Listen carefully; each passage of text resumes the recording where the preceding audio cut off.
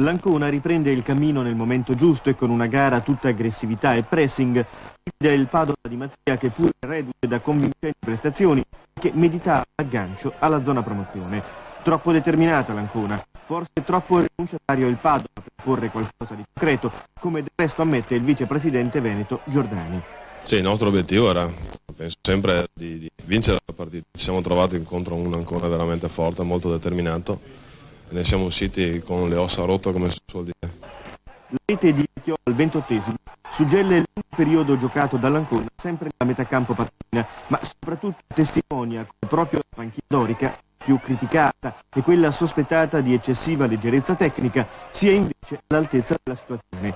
Senza Lupo e Lorenzini, l'Ancona trova Vecchiole ed un eccezionale Sogliano che giocano con l'autorità e la qualità tecnica dei titolari.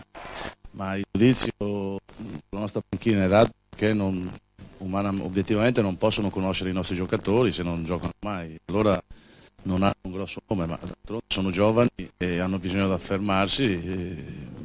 Il giudizio degli altri conta poco. Noi se abbiamo questa panchina, questa rosa di giocatori, perché crediamo in questi ragazzi. Oggi con la squadra, per come ha giocato, era forse facile debuttare. Come ha fatto Sogliano, ha fatto una grandissima partita proprio perché la squadra ha giocato molto bene. Con un cadde in cattedra, l'Ancona insiste anche dopo il gol nella sua della nazione. Rosa si fa espellere dall'incerto arbitro Arena per doppia ammonizione e per il Padova diviene problematico contenere le iniziative anconetane. Al 18esimo della ripresa giunge il doppio. Tovaglieri lancia Bertelli sul filo del fuorigioco, galoppata della punta Doria che non bocca la finta di Bonaiuti ed infila.